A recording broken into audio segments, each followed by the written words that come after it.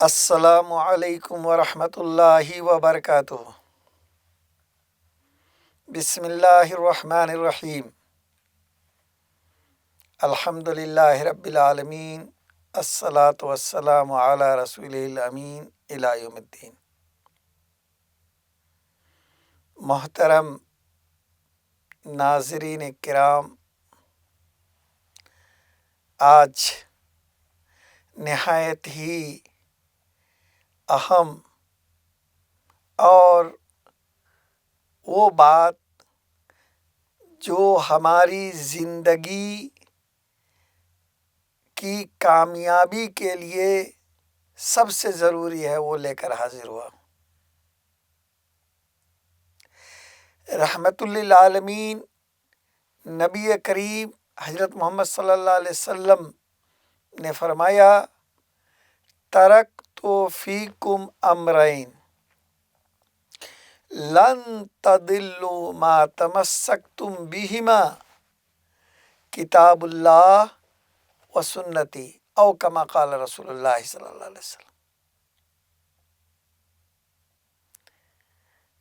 کہ میں تمہارے درمیان دو چیزیں چھوڑ کر جا رہا ہوں، ایک اللہ کی کتاب قرآن اور دوسری میری سنت، یعنی نبی کریم صلی اللہ علیہ وسلم کی سنت۔ تم ہرگز گمراہ نہ ہوگے، بھٹکو گے نہیں، اگر تم ان دونوں کو مضبوطی سے تھامے رہو گے۔ اس کا مطلب یہ ہوا کہ اگر ان دونوں کو چھوڑ دیں گے ہم تو ہم گمراہ ہو جائیں گے، اسی طرح سے اس میں سے ایک کو چھوڑیں گے پھر بھی گمراہ ہو جائیں گے، اسی طرح سے ان دونوں کے کچھ حصوں کو مانیں گے اور کچھ کو چھوڑیں گے پھر بھی گمراہ ہو جائیں گے۔ لہذا پورا کا پورا ہم کو ماننا ہے۔ اس لحاظ سے ہمیں اپنی زندگی پر غور کرنا چاہیے۔ محترم بھائیو، اللہ تعالیٰ نے قرآن مجید کو کس لیے نازل کیا؟ آج امت کی اکثریت اس بات سے ناواقف ہے، اور جس کا نتیجہ یہ ہے کہ وہ قرآن سے بالکل بے پرواہ ہو گئی ہے۔ قرآن اللہ نے ہماری ہدایت کے لیے نازل کیا ہے۔ اس کا مطلب یہ ہوا کہ ہم پیدائش سے لے کر کے موت تک، اور صبح سے لے کر کے پھر دوسری صبح تک جو کچھ بھی کرتے ہیں، ان کاموں کو یا تو ہم اللہ جس نے اس پوری دنیا کو بنایا، ہمیں بنایا، اللہ کی ہدایت کے مطابق ان کاموں کو انجام دیتے ہیں، یا ہم غیر اللہ، چاہے وہ ہم ہوں خود یا کوئی اور دوسرا ہو، کوئی انسان ہو یا گروہ ہو، اس کے بتائے ہوئے طریقے کے مطابق کرتے ہیں۔ اب بتائیے کامیابی کا طریقہ کون ہوگا؟ یقیناً کامیابی کا راستہ وہی ہے جو اللہ کا ہے، اور اللہ کا راستہ وہ ہے جو قرآن میں ہے، کیونکہ اللہ تعالیٰ نے ہدایت کے لیے قرآن نازل کیا ہے۔ اللہ تعالیٰ نے فرمایا، اعوذ باللہ من الشیطان الرجیم، بسم اللہ الرحمن الرحیم، الف لام میم ذالک الکتاب لا ریب فیہ ھدی للمتقین۔ الف لام میم، اس کتاب میں کوئی شک کوئی شبہ نہیں ہے، یہ ہدایت ہے متقی کے لیے۔ اور دوسری جگہ جہاں بھی قرآن کا تعارف آیا ہے وہ ہدایت کے لیے۔ اللہ تعالیٰ نے دوسری جگہ فرمایا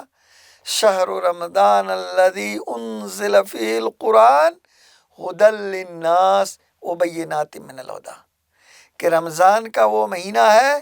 جس میں قرآن نازل کیا گیا ہدایت کے لیے، انسانوں کی ہدایت کے لیے۔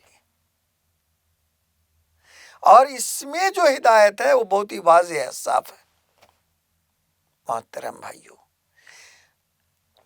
اللہ کی دی ہوئی ہدایت کے مطابق اگر ہم اپنی زندگی گزارتے ہیں تو یقیناً وہ کامیاب ہوگا۔ اگر ہم اللہ کی دی ہوئی ہدایت کو چھوڑ دیتے ہیں تو اس کا نقصان ہمیں اٹھانا پڑے گا۔ محترم بھائیو، خاص طور سے وہ لوگ جو اللہ کی کتاب کا شعور نہیں رکھتے ہیں اور جو آخرت کے یقین جو ہے اس کے دل میں اس اسپرٹ کے ساتھ نہیں ہوتا ہے جو اصل ہے، اور جو اللہ تعالیٰ کی جو وحدانیت ہے، جو اللہ کی اصل عظمت ہے اس کو نہیں جانتے ہیں، اور وہ اپنا دنیاوی مفاد پورا کرنا چاہتے ہیں، انسانوں کا استحصال کرنا چاہتے ہیں، تو وہ لوگ خاص طور سے انسانوں کو اللہ کی ہدایت سے دور کرتے ہیں۔ اس میں دو طبقہ ہمیشہ آگے رہا ہے۔ ایک وہ طبقہ جو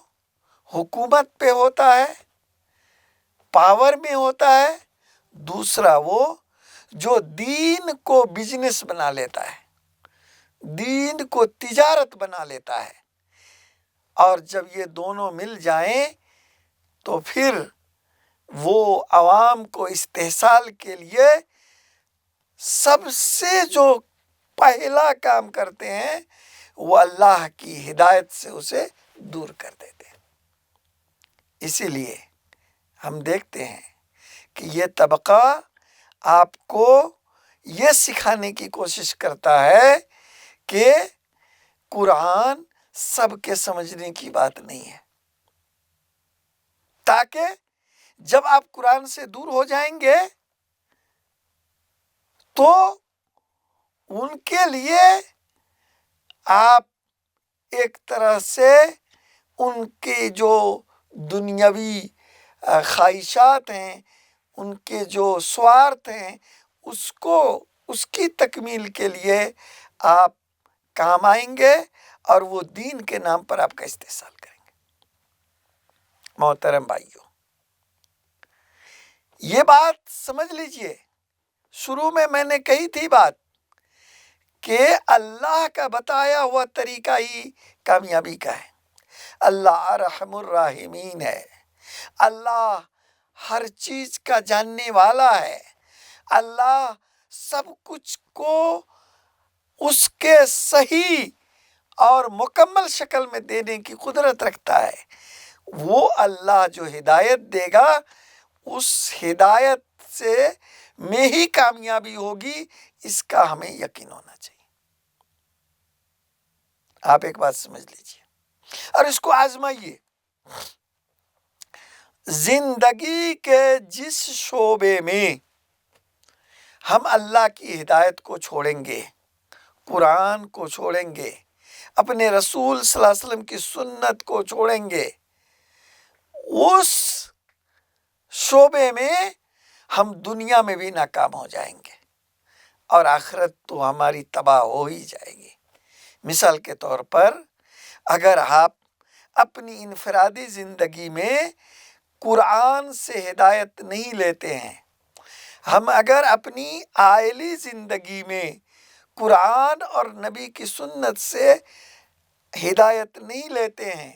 ہم اپنی سماجی، معاشی، سیاسی اور بین الاقوامی جس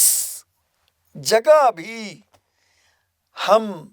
اللہ کی ہدایت سے منہ موڑتے ہیں وہیں ہم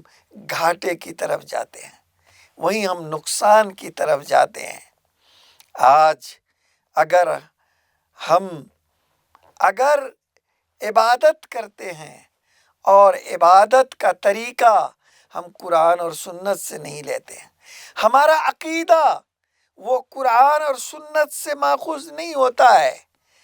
ہماری معیشت قرآن اور سنت سے ماخوذ نہیں ہوتی ہے، ہمارے اخلاق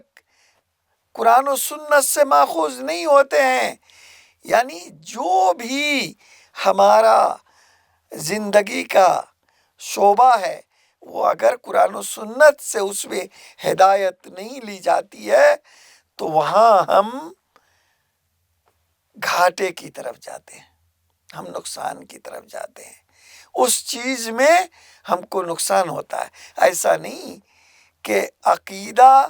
ہم قرآن سنت سے چھوڑ کے اخذ کریں اور ہمارا عقیدہ صاف ستھرا ہو، عبادت ہم قرآن و سنت کو چھوڑ کر کے لیں اور ہماری عبادت اللہ کے یہاں مقبول ہو اور وہ اس روح کے ساتھ ہو جو اللہ چاہتا ہے، جس کے لیے اللہ نے اپنے رسول کو بھیجا ہے۔ ہماری اخلاق، ہماری معیشت، چاہے دنیا کا جو بھی کام ہو، A to Z، الف سے یا، ہر کام میں ہمیں اگر ہم قرآن اور سنت کو لیتے ہیں تو ہم کامیاب ہوتے ہیں۔ اسی لیے میرے پیارے بھائیوں، محترم ناظرین کرام، میری پیاری بہنوں، یہ بات دماغ میں بیٹھا لیجئے کہ اگر ہم کو کامیابی چاہیے دنیا میں ہم اچھے انسان بننا چاہتے ہیں، دنیا میں ہم اچھے اللہ کے بندے بننا چاہتے ہیں، دنیا میں ہم ایک اچھے شوہر یا بیوی بننا کوئی چاہتی ہے، اگر اچھے باپ یا بیٹا یا بیٹی بننے، چاہے ہم جو بننا چاہتے ہیں، اچھے حکمراں بننا چاہتے ہیں یا آپ اچھے تاجر بننا چاہتے ہیں، جو بھی بننا چاہتے ہیں، اس کے لیے اللہ نے اپنی ہدایت قرآن بھیجی اور اپنا رسول حضرت محمد صلی اللہ علیہ وسلم جو آخری نبی ہے ان کو ہمارے لیے کامل اسوہ اور نمونہ